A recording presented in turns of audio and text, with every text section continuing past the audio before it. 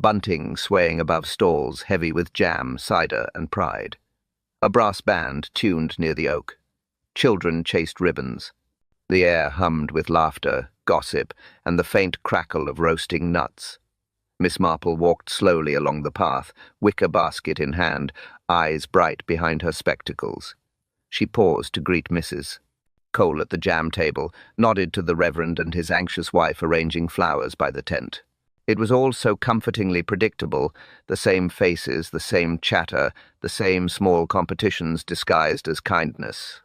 "Beautiful morning, Miss Marple," Mrs. Cole said, beaming. "Almost too fine," she replied softly. "Fair weather hides mischief." Across the green, a voice carried over the music, confident, practiced. Hugo Barton had arrived. The visiting radio gentleman with modern ideas and a smile that unsettled half the women present. Even from a distance, Miss Marple sensed the ripple he caused. Some admired him. Others adjusted their gloves and frowned. Barton laughed easily with Lydia Rowan near the pumpkin display.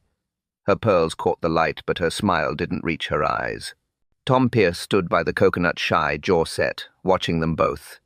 Jealousy, pride, fear, all invisible threads already tightening. The brass band struck up again. Children clapped. Someone spilled cider and laughed too loudly. Life at its most ordinary, and that was when danger loved to hide. Miss Marple bought a jar of blackberry jam and moved toward the center stall, where the toffee apples gleamed like jewels.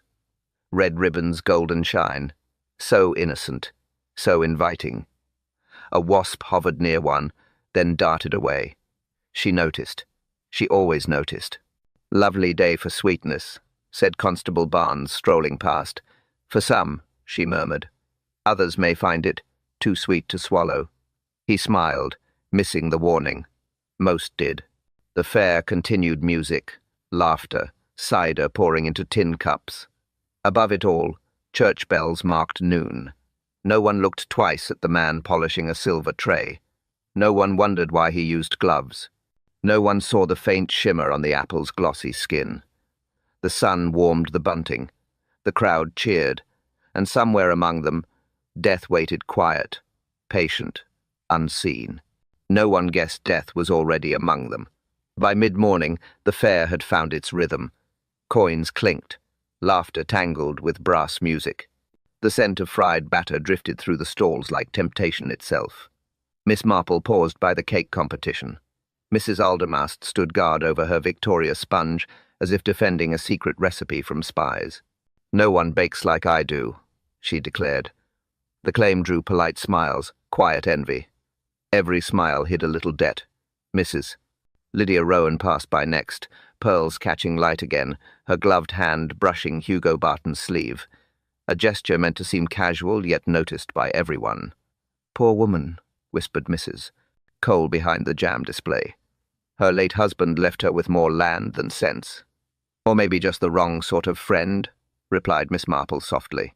At the cider stall, Tom Pierce handed out mugs, sleeves rolled high, jaw tight. He watched Barton with the guarded stare of a man measuring another. Maggie Reed, the vicar's maid, lingered nearby, torn between curiosity and guilt. Her cheeks flushed when Barton winked. Tom saw it. His grip on the handle tightened. The Reverend Aldermast moved through the crowd, voice gentle, presence kind. His wife trailed. Behind him, ensuring the teapot stayed full and the biscuits well arranged. She believed good manners could steady any storm. Colonel Melbury leaned on his stick near the shooting range, muttering about city fellows and fast talk. He still polished his medals every Sunday. Change to him was another form of defeat. At the parish council stall, Mr. Oswald Pritchard adjusted bunting with obsessive precision. Civic order was his pride. He smiled too often, spoke too little, and wiped his hands after touching coins. "Cleanliness," he once said, "is the truest sign of civilization." Miss Marple watched them all, noted the glances that met, and the ones that didn't, the small pauses between greetings, the nervous laughter when names were mentioned, the web of Street Mary Meadow, neat as lace, but full of hidden snags. The brass band shifted to a slower tune. The fair's brightness dulled for a moment. Mrs. Cole sighed, wiping her hands. "So many good people," she said. "Yes," Miss Marple replied. "And good people can be terribly dangerous when cornered." The music rose again, cheerful and false. The village smiled. The web tightened. The crowd parted like water. Voices softened. Heads turned. Hugo Barton had arrived. Tall, confident coat pressed too sharply for a village fair. His smile came first wide, rehearsed, magnetic, the kind that promised charm and concealed calculation. "Ah, Miss Rowan," he said, bowing just enough to seem courteous. "What a splendid turnout. Rural England never disappoints. Mrs.?" Lydia Rowan blushed faintly, though she tried not to. "We do our best," she murmured. "I'm afraid our fairs are rather small compared to your London events." "Small?" He laughed. "I call it authentic." His voice carried, smooth as polished glass. People listened, even those pretending not to. Colonel Melbury adjusted his tie and muttered, "Peacock." "Mrs." Cole whispered. "Too much cologne if you ask me."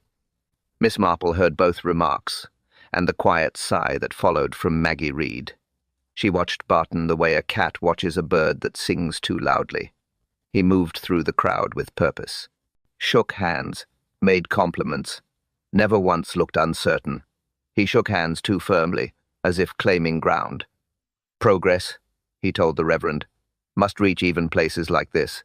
We can't let nostalgia hold the nation hostage." The Reverend smiled weakly. "Nostalgia, mister. Barton, is sometimes what keeps people gentle." Barton's eyes flicked toward Miss Marple as though measuring her interest. "And who might this wise lady be?" "Miss Jane Marple," the Reverend said.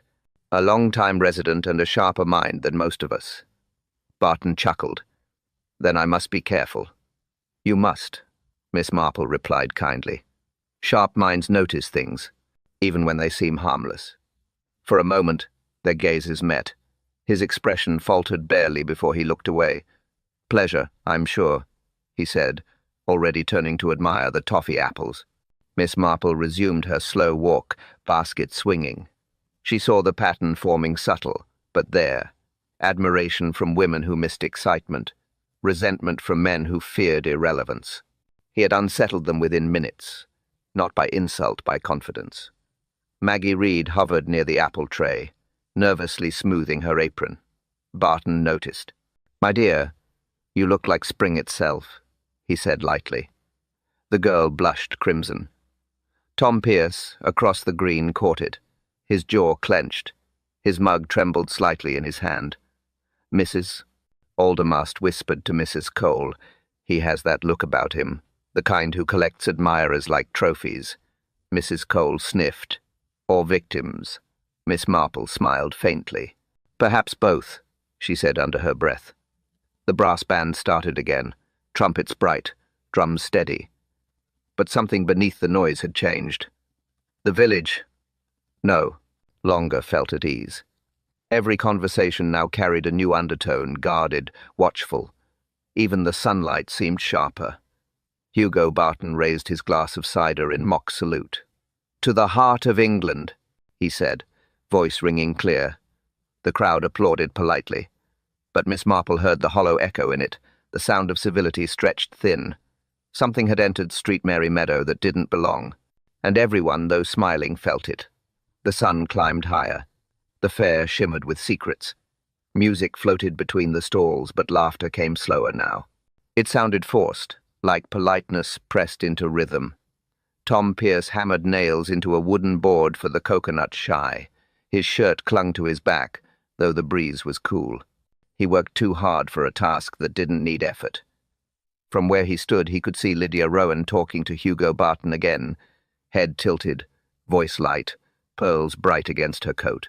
Tom's jaw tightened. He missed the toss. The coconut fell without being struck. Maggie Reed hurried past him with an empty tray, pretending not to notice. Her steps were quick, nervous. She had laughed at something Barton said earlier, and Tom hadn't forgotten the look. He called her name, but she didn't turn. Behind him, Colonel Melbury watched with grim satisfaction. "Young men lose their tempers for all the wrong women," he muttered. Miss Marple, seated nearby with her knitting untouched, raised an eyebrow. "And older men," she said gently, "sometimes for the wrong reasons." At the jam stall, Mrs. Cole fussed with her jars, wiping non-existent dust from the labels. Her hands trembled slightly. "He said he'd feature my recipe on the wireless," she told Mrs. Aldermast, voice half proud, half scared. "Imagine, me, on the radio." Mrs. Aldermast smiled thinly. "Men like him promise such things every day. To everyone." Lydia Rowan heard that. Her hand paused mid-gesture. For a moment her poise cracked. Across the green, Mr. Oswald Pritchard was measuring bunting with string and ruler. Every flag perfectly spaced. Every knot tight. He didn't join the laughter. Didn't taste the cider. His order was his armor. Inspector Slack wasn't here yet, but the kind of control Pritchard practiced could have made even the inspector nervous. "A good fair depends on structure," he said aloud, to no one. "Chaos breeds accidents." Miss Marple glanced up. "And accidents," she murmured, "sometimes wear gloves." Pritchard didn't hear her, or pretended not to. He wiped his hands, folded the ruler, and left the bunting straight as commandments. The brass band shifted tune again, a lighter melody, a cover for thoughts growing heavier. The village smiled through it, each person lost in private arithmetic what they wanted, what they feared, what they were willing to lose. Mrs. Rowan's pearls glinted again as she leaned toward Barton. "You must come to Rowan Park sometime," she said softly. "I intend to," he replied. Miss Marple heard that too. She noted the precision in his tone, the way it balanced charm with certainty. Tom struck another nail, harder this time. The hammer slipped. A small streak of blood marked his knuckle. Maggie saw it and hesitated only for a heartbeat, then turned away again. The fair continued. The bunting fluttered. The band played on. But beneath the laughter, envy had taken root. And envy, in Street Merry Meadow, never stayed quiet for long. Afternoon light turned the fair to amber. Shadows stretched across the green. The prize tables gleamed polished wood, silver cups, glass jars lined in rows. At the center stood the tray of toffee apples, shining beneath a lace cloth. Red ribbons tied each stem, neat and perfect. Except one. A single apple wore its colors like a crown. Green and gold. Mrs. Cole fussed over the arrangement, her pink cardigan buttoned to the throat, cheeks red from kitchen heat. "This one's special," she said proudly. "For Mr. Barton. Our guest of honor should have something fit for the occasion." Mr. Oswald Pritchard appeared behind her, notebook in hand. "Quite right," he said, precise as always. "A small symbol of Unity Parish colors, you understand." He adjusted the ribbon himself. Too carefully. Fingers slow, exact, like a man measuring his own heartbeat. Miss Marple watched from a bench beneath the oak. She noticed the way he handled the apple, not like fruit, but like evidence.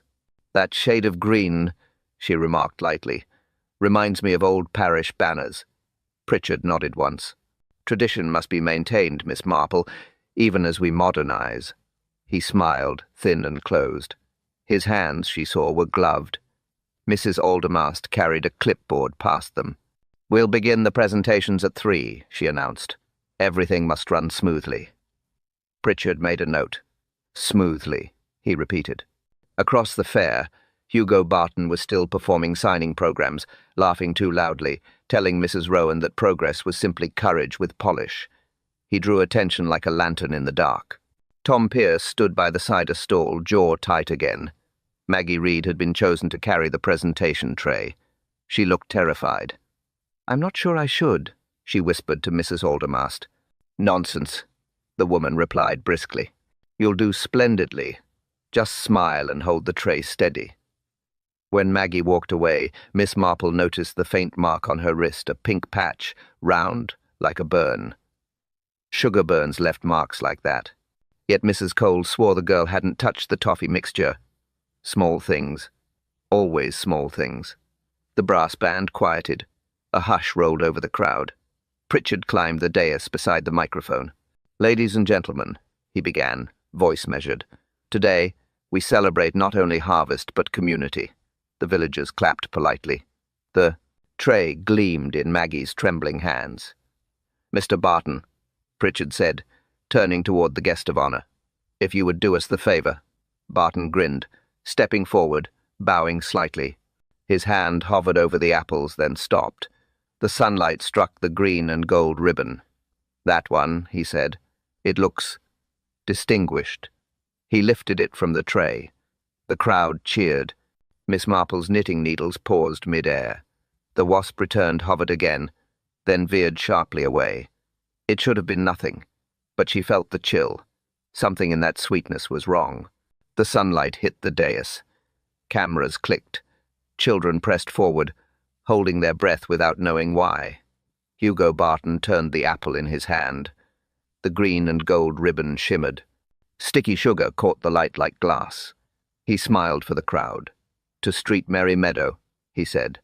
"May tradition and progress